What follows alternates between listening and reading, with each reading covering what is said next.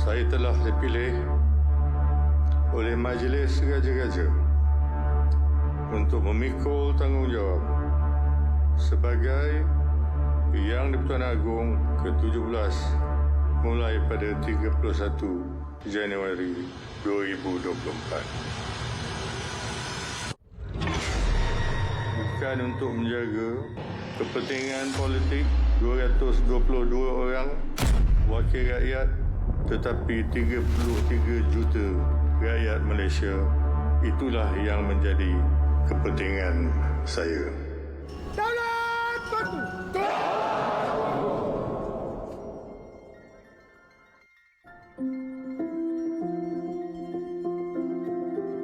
Parti sendiri amat bersukacita dan amat terharu.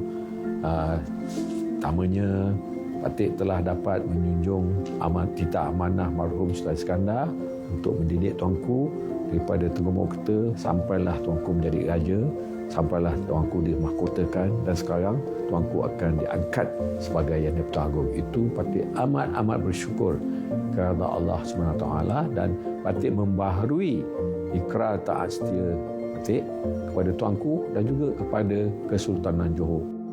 Yang Berhormat Datuk Dr. Haji Abdul Rahim bin Ramli, Yang di-Pertua Jumaah Majlis Diraja Johor, beliau telah diangkat sebagai negarawan pembimbing Diraja Johor.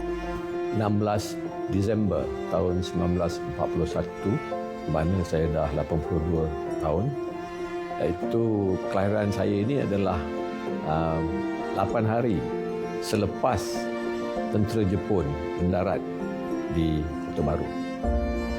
Sebab saya dilahirkan sebenarnya dalam kawasan sawah padi di Kampung Seri Menanti, iaitu 14 batu selatan daripada Bandar Muar. Tidak ada susu untuk bayi, untuk saya. Saya hanyalah hidup melalui susu ibu. Diberi makan ubi rebus ataupun pisang rebus yang dilenyek menjadikan baby food. Menyingkap kisah anak muar Johor ini, kesukaran hidup semasa usia kecil berjaya membentuk peribadi beliau kini. Dan itulah yang menjadikan jati diri saya untuk berkhidmat dengan jujur, dengan ikhlas dan penuh disiplin, dan tidak lupakan dari mana asal-usul kita. Pancaran getaran rasa yang luar biasa serta kehebatan Tuanku Sultan membawa banyak perubahan dalam pentadbiran dan pembangunan negeri yang dikenali sebagai permata berharga ini.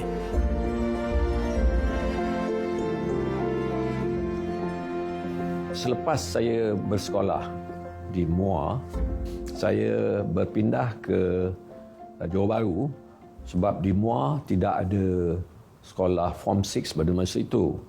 Dan saya lepas lulus peperiksaan itu, saya qualify dan dapat masuk ke Form 6 di English College Johor Bahru pada tahun 1959. Tahun itu merupakan satu titik tolak saya berkecimpung dengan istana. Sebab pada 6 hari bulan Jun, tak silap saya, tahun 1959, saya sebagai bersama-sama dengan penuntut-penuntut lain di Form 6 di English College ini diarah untuk mengambil bahagian berdiri beratur di tepi jalan dekat Istana Besar untuk memberi penghormatan terakhir kepada almarhum Sultan Sir Ibrahim yang mangkat di London dan jenazahnya dibawa balik ke Johor. Dan pada tarikh itulah saya berdiri menghadap betul di hadapan Tangga Agung Istana Besar dan sama-samalah menunjukkan kita punya penghormatan kepada jenazah almarhum apabila dibawa melalui itu naik ke istana melalui Tangga Agung. Itulah tarikh yang pada saya very important. Itulah tarikh yang saya mula berkecimpung dengan istana. Dan selepas saya lulus dapat ijazah, saya melaporkan diri sebagai pegawai dan dilantik sebagai pegawai Tadbir Negeri Johor ataupun JCS. Dan saya juga ditempatkan bersama di Pejabat Setiausaha Kerajaan dan seterusnya di Pejabat Menteri Besar. Di situlah saya diberi peluang untuk merapatkan diri dengan istana. saya dilantik sebagai sebagai penjawat membawa CP bagi membawa doa ataupun ucapan kepada Menteri Besar ataupun doa untuk mufti membaca dan lain-lain. Saya memegang jawatan ini selama 8 tahun berturut-turut. Negarawan unggul ini telah berkhidmat 3 generasi institusi di Raja Johor, menjadikan beliau antara tokoh terpenting yang menyumbang kepada membentuk kepribadian Sultan berjiwa rakyat. Amanah yang besar, yang terbesar yang saya diciptakan dan saya junjung adalah pada satu hari dia kata, Rahim, aku amanahkan kau jaga, didik, pelihara, pimpin anak aku Tengku Mahkota sampai dia menjadi raja yang berwibawa. Itu titah sampai sekarang saya ingat. Saya menjunjung titah itu. Diputerakan pada 22 November 1958 di Johor Bahru dan diberi nama Tunku Ibrahim Ismail Ibni Tunku Mahmud Iskandar, Duli Yang Maha Mulia Sultan Ibrahim Ibni Almarhum Sultan Iskandar, dididik dan diasuh sejak kecil lagi agar menjadi raja yang disanjung tinggi. Dan apabila masuk orang kata persekolahan, baginda ni dihantar ke Sydney, Australia untuk meneruskan pelajaran lower secondary, dan selepas balik masuk pula di English College pada masa itu untuk meneruskan pelajaran. Dan selepas itu marhum Sultan Iskandar menghantar Tengku Mahkota, telah dilantik sebagai Tengku Mahkota, untuk menjalani latihan ketenteraan dengan askar timbalan serta negeri. Lepas itu sambung lagi, hantar dia pergi ke pusat latihan tentera darat Pulada di Ulu Tiram sebagai platoon commander. Baginda dihantar pula ke Marikaz Syarikat untuk menjalani latihan dengan ketenteraan mereka. Baginda berjaya membuat 19 kali penerjunan, termasuk 7 kali pada sebelah malam. Sebab bila ia terjun daripada payung terjun ni, nak buat satu-satu keputusan tu adalah split second. Tak boleh tunggu, nantilah aku nak tarik misalnya. Split second. So that split second decision is what Tuanku is doing now. Sultan Ibrahim sebagai Ketua Negeri amat tegas dari segi kepimpinan demi kemajuan serta pembangunan negeri Johor. Hubungan baginda bersama Kerajaan Persekutuan juga terjalin dengan baik apabila baginda sentiasa menerima menghadap menteri-menteri persekutuan untuk bertukar pendapat dan buah fikiran tentang pelbagai isu. Dan juga dia dapat pengiktirafan sebagai SEAL, SEAL, Sea and Land Military Commando. Dan juga baginda boleh memandu semua jenis kapal terbang, iaitu fixed wing. Fixed wing ni macam kapal terbang pesawat biasalah, dan juga rotary. Rotary ni helikopter. Tuanku ni ada lesen, ada kebolehan, ada kecekapan dan ada sertifikat yang boleh memandu. Apabila dah buat penerjunan, dah jadi komando, baginda dihadiahkan, ditauliahkan sebagai komando dengan didapatkan satu wings. Yang tuanku pakai tu, kalau kita tengok dalam uniform dia, yang ada wings tu adalah sayap yang original, yang genuine, bukan honorary, bukan kehormat. Dia juga meneruskan mengikuti kursus pendek di Fletcher School of Law di United States untuk mengikuti kursus undang-undang. Khasnya international diplomacy dan juga international law of the seas. Jadi maknanya tuanku daripada segi undang-undang memang ada pengetahuan, ada pengalaman. Itu sebabnya berkenaan dengan isu Pulau Batu Putih itu, tuanku ini bersuara lantang. Latihan tentera darat, laut serta udara di dalam dan di luar negara telah menjadikan baginda seorang pegawai tentera yang cukup lengkap serta menyelahkan baginda sebagai seorang pemimpin yang berketerampilan tinggi.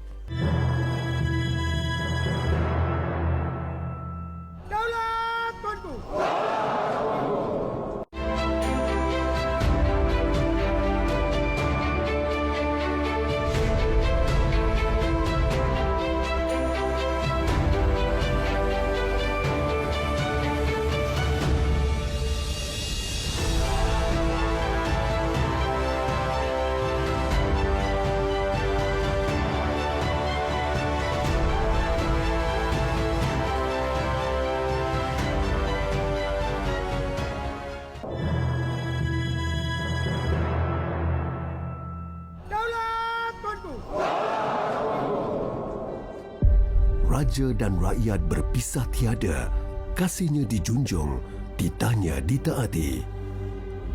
Muafakat itu berkat, cogan kata yang terus didakap erat, hidup harmoni dan saling memahami di bawah naungan Duli Yang Maha Mulia Sultan Ibrahim Ibni Almarhum Sultan Iskandar. Kalau kita lihat dalam konteks protokol Johor, yang sangat mudah, tidak perlu adat sembah, hanya menundukkan kepala saja. Sudah tanda hormat kepada raja. Malah tuanku walaupun mempunyai protokol yang tersendiri, terutama yang berkaitan dengan istana, tapi tuanku sanggup menghilangkan sebahagian protokol bila ada majlis kembara mahkota Johor. Kerana dengan majlis-majlis seumpama itulah baginda dan kerabat diraja mendampingi rakyat tanpa sebarang protokol yang sangat ketat. Acara ini dinanti-nantikan rakyat Johor setiap tahun kerana berpeluang untuk berjumpa keluarga di Raja Johor secara dekat serta melihat jenis pengangkutan yang digunakan bagi memeriahkan acara KMJ.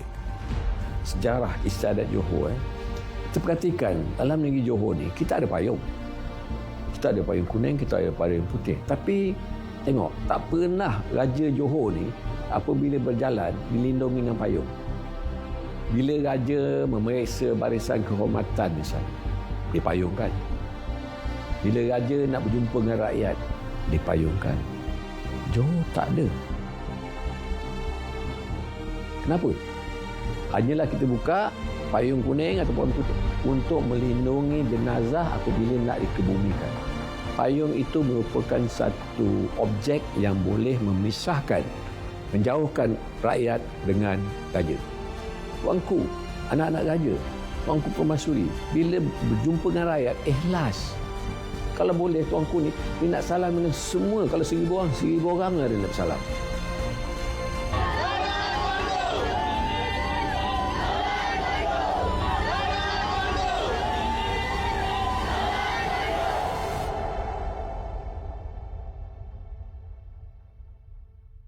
Pasal 23 Undang-Undang Tubuh Kerajaan Negeri Johor 1895 memberi kuasa dan hak keistimewaan kepada raja yang memerintah untuk menggelar dan memasukkan putera-puterinya dan lainan kerabat sebagai kerabat damping. Kerabat damping diistilahkan sebagai keluarga raja yang memerintah berketurunan daripada darah daging raja yang mangkat atau raja yang sebelumnya. Pada hemat saya, kerabat damping ni ada mempunyai makna yang tersendiri. Pertama, dia adalah menggambarkan satu sistem persanakan atau kekerabatan dalam kalangan satu keluarga diraja. Jadi dalam konteks ini, mana-mana pemerintah, dia boleh secara budi bicaranya boleh menentukan senarai-senarai yang boleh digazetkan sebagai kerabat damping. Dalam perkataan yang senang difahami, anak-anak raja yang damping dengan raja yang memerintah. Sebab kalau kita lihat dalam konteks Johor, perkara yang kedua dalam Undang-Undang Tubuh Johor ialah menekankan tentang konsep DNA. Konsep kekerabatan itu mesti bertunjangan daripada darah daging daripada Sultan Abu Bakar, sebelah lelaki.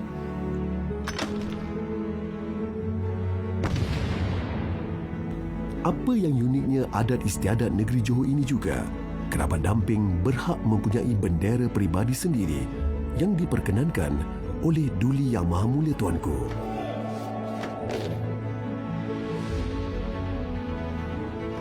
Kita bersyukur kerana negeri Johor ini adalah negeri yang pertama mengadakan undang-undang tubuh kerajaan. Satu undang-undang yang bertulis yang memberikan kuasa kepada raja dan kuasa kepada kerajaan. Selepas kemerdekaan, sebelah hari merdeka, perlembagaan atau undang-undang tubuh kerajaan negeri Johor ini dipinda. Di mana oleh sebab masa itu ada orang kata bahagian-bahagian politik, maka Jumaah Menteri itu ditukar dengan Jumaah Majlis Diraja. Kerana di negeri-negeri lain masih guna sistem pembesar. Seperti Datuk Bentara Luar merangkap Menteri Luar. Dialah yang telah membuka daerah-daerah di Johor atas titah Tuanku. Malah satu yang menarik, kehebatan yang diberikan oleh Allah SWT kepada Datuk Bentara Luar, Datuk Muhammad Saleh Perang, bila dia melukis peta Johor tanpa bantuan teknologi dan disahkan oleh Chartered Surveyor di London.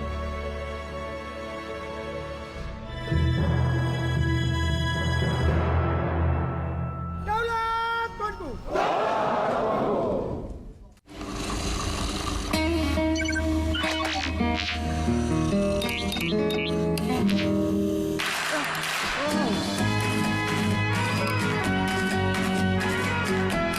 Padamkan komputer untuk lebih penjimatan. Satu lagi idea bernas untuk anda.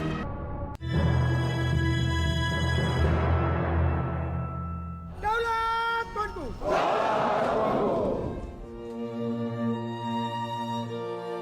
Selamat berangkat ke singgah sana indah. Dari Istana Sirin ke Istana Negara. Merafak sembah, menjunjung kasih. Daulat Tuanku. Amanah marhum Sultan Iskandar untuk saya mendidik, memimpin Tengku Mahkota sebagai Jadi Raja. Apabila saja Datuk Mufti meletakkan crown mahkota itu kepada kepala Tuanku dan istiadat itu dah selesai, saya mengangkat tangan bersyukur kepada Allah Subhanahu Wa Taala. Saya dah menyelesaikan tanggungan ataupun amanah yang saya pikul begitu lama sampai dia jadi raja. Dan sekarang sekali lagi saya bersyukur kerana raja kita telah dipilih untuk menjadi Yang di-Pertuan Agong. Saya telah dipilih oleh Majlis Raja-Raja untuk memikul tanggungjawab sebagai Yang di-Pertuan Agong ke-17 mulai pada 31 Januari 2024. Saya menjunjung kasih kepada semua Raja-Raja Melayu yang telah memberikan kepercayaan kepada saya. InsyaAllah saya akan memikul amanah yang diberikan dengan jujur, ikhlas demi untuk negara dan rakyat Malaysia. Sultan Johor sentiasa mendekati dan mendampingi rakyat bagi menyelesaikan masalah mereka. Baginda menggalakkan kerabat-kerabat diraja bermesra, berkenalan serta memahami dan prihatin kepada masalah rakyat. Sebagai ketua agama, Tuanku memikul amanah dan tugas khalifah dalam memelihara dan menjaga agama Islam. Sultan Ibrahim ibni almarhum Sultan Iskandar sentiasa membiayai dan menghulurkan bantuan pribadi terhadap pembinaan masjid dan surau di seluruh negeri Johor. Apa yang kita buat ialah mengiring Tengku Mahkota ke kampung-kampung untuk menunaikan fardu Jumaat. Baginda sentiasa merapatkan hubungan dengan rakyat jelata. Setiap minggu baginda berangkat menunaikan solat fardu Jumaat di kampung-kampung seluruh pelosok negeri Johor. Tuanku ni apabila nak pergi kampung, dia ada pesan lah. Kata, Datuk, kita hari ni pergi sembahyang Jumaat atau pergi kampung, diorang nak ada santap makan. Kata, saya nak makan simple aja. Nasi putih biasa, lauk dia senang saja. Asam pedas, ikan dengan lauk nangka masak lemak, ikan kering, sambal belacan. Ikut cara orang-orang kita makan. Duduk atas lantai. Tak ada kapet. Duduk atas tikar mengkuang. Pakai tangan. Ini apa kita punya orang kata keunikan Sultan Johor sekarang. Dia betul-betul mendekati dengan rakyat. Apa rakyat buat, dia buat. Dia tak tunjukkan aku raja, aku mesti duduk atas meja. Tidak. Dia tak nak duduk atas kursi, tak mau. Duduk bawah. Sama. Orang kata berdiri sama tinggi, duduk sama rata. Lepas saja makan, orang selalu ada hantar air, cucur, basuh tangan. Dia tak nak. Dia bangun, dia pergi ke dapur. Pergi ke dapur, basuh tangan sana. Dan sambil tu, dia jumpa dengan makcik bawang. Tadi makan sedap. Boleh tak saya tapau bawa balik untuk orang rumah saya? Raja buat begitu. Jadi, rakyat berpasal macam mana? Suka kan tengok raja? Soal kebajikan rakyat negeri Johor merupakan suatu perkara yang amat dekat di hati Duli Yang Maha Mulia Sultan Ibrahim dan keluarga di Raja Johor. Baginda Tuanku Sultan sering turun padang untuk melihat sendiri keadaan rakyat dan mengurniakan bantuan. Sebagai satu kesinambungan daripada Kesultanan Johor, Baginda telah menubuhkan sekurang-kurangnya 5 yayasan untuk membantu rakyat yang kurang bernasib baik. Yayasan di bawah naungan keluarga di Raja Johor, Yayasan Sultan Ibrahim Johor, YSIJ, Yayasan Raja Zarif Sofia Negeri Johor, YRZSNJ, dan Yayasan Kanser Tunku Laksmana Johor, YKTLJ, menjadi antara medium utama untuk menyalurkan bantuan kepada rakyat. Satu lagi, Yayasan Sultanah Rogaya, khas untuk membantu tambahan kepada rakyat Johor keturunan kaum India. Jadi semua ada, dan semua ini, semua perbelanjaan ataupun peruntukan beasiswa, peruntukan yayasan ini adalah dari peruntukan tuanku sendiri. Keluarga diraja sentiasa di hadapan di dalam misi bantuan kepada keluarga miskin kaum Cina melalui penubuhan Yayasan Sultanah Fatimah YSF. Atas sifat ihsan dan kasih Duli Yang Maha Mulia Tuanku dan keluarga di Raja Johor ini, maka lahirlah simbiosis yang erat di antara keluarga diraja dengan rakyat jelata. Baginda sering melawat institusi dan rumah kebajikan untuk mengetahui dengan lebih dekat kehidupan harian mereka, di samping menyampaikan bungkusan hadiah dan makanan. Ini adalah warisan, kesinambungan warisan daripada marhum Sultan Abu Bakar dan juga marhum Sultan Ibrahim, di mana Sultan Abu Bakar mengutamakan ataupun menzahirkan satu seru, iaitu muafakat itu berkat. Dan Sultan Ibrahim membuatkan satu konsep bangsa Johor. Semuanya bertujuan supaya semua rakyat negeri Johor ini bersatu padu, bermuhibah, bersefahaman, bekerjasama antara satu sama lain. Johor adalah negeri yang pertama menyatu padukan bangsa berasaskan gagasan bangsa Johor. Sebab kalau kita lihat dalam konteks Malaysia, bangsa Malaysia hanya wujud pada 1991. Kalau kita lihat dalam konteks dunia, pertubuhan bangsa-bangsa bersatu hanya wujud pada 1945 selepas Perang Dunia yang Kedua. Malah kalau kita lihat dalam konteks ASEAN, 2015 baru ada konsep bangsa ASEAN. Jadi Johor jadi asas sejak 1895 lagi. Gagasan bangsa Johor ini menjadi satu asas bagaimana sistem berkerajaan mesti ditunjangi dengan satu bentuk kestabilan, iaitu perpaduan dalam kalangan bangsa Johor.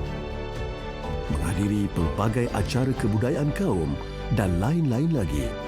Pergaulan mesra ini mengeratkan perhubungan baginda dengan rakyat yang menjadikan petanda baik dan menjadi satu sifat semula jadi yang terselah semasa pemerintahan baginda.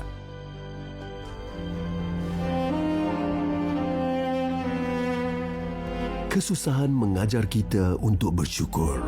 Kesenangan mengajar kita untuk memberi. Pendidikan itu penting untuk masa hadapan. Kerana melalui pendidikan, kita dapat mencorakkan kehidupan. Bukan mudah untuk mencapai tahap seperti ini. Bukan senang untuk mengurak langkah menjadi insan yang digagumi. Amat perhatian, bukan sahaja pada keluarga, bahkan juga pada pegawai, pada pekerja, pada pemandu misalnya. Semualah dia, pada saya, dia beri pertimbangan sebagai seorang bapa, sebagai seorang pemimpin.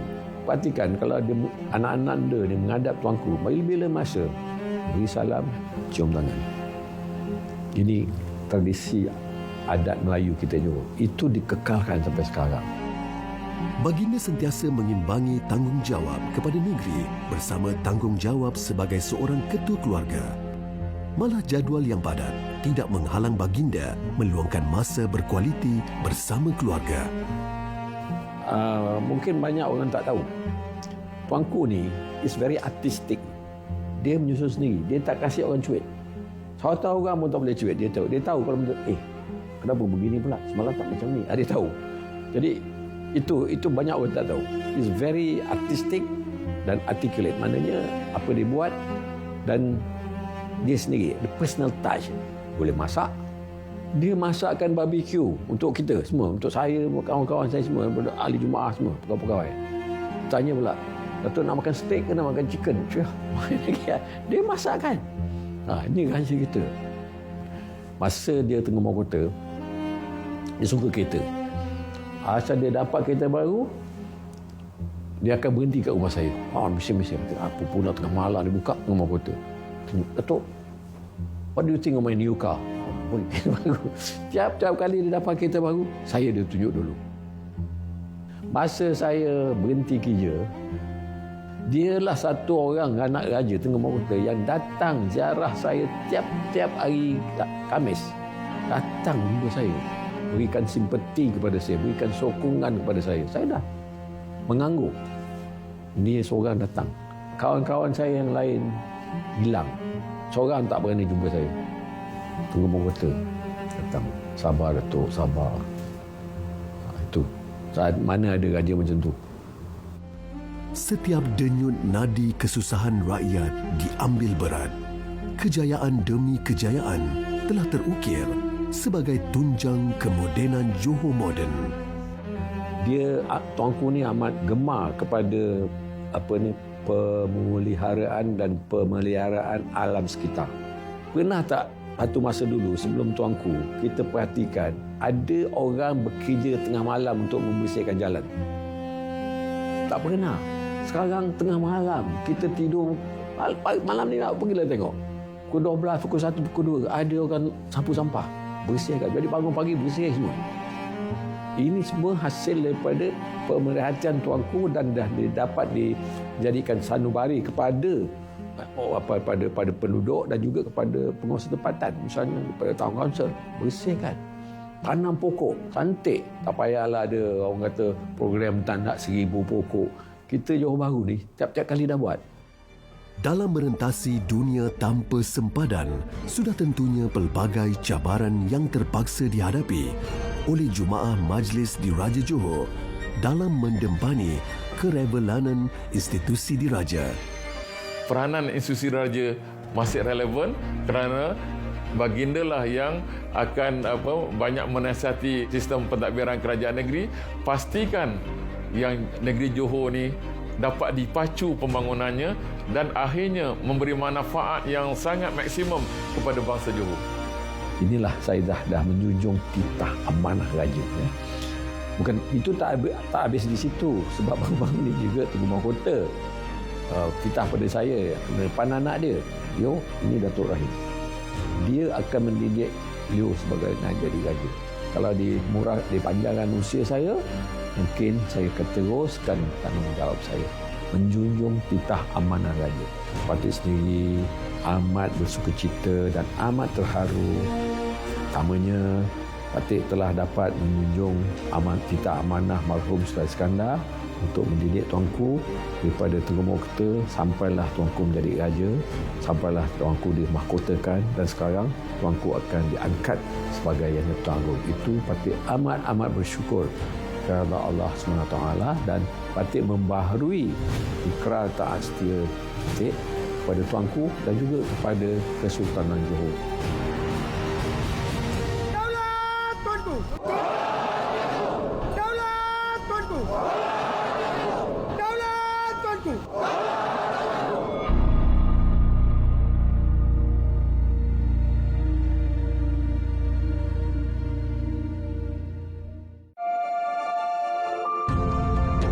Hai semua, Aisyah di sini. Avatar AI di TV1.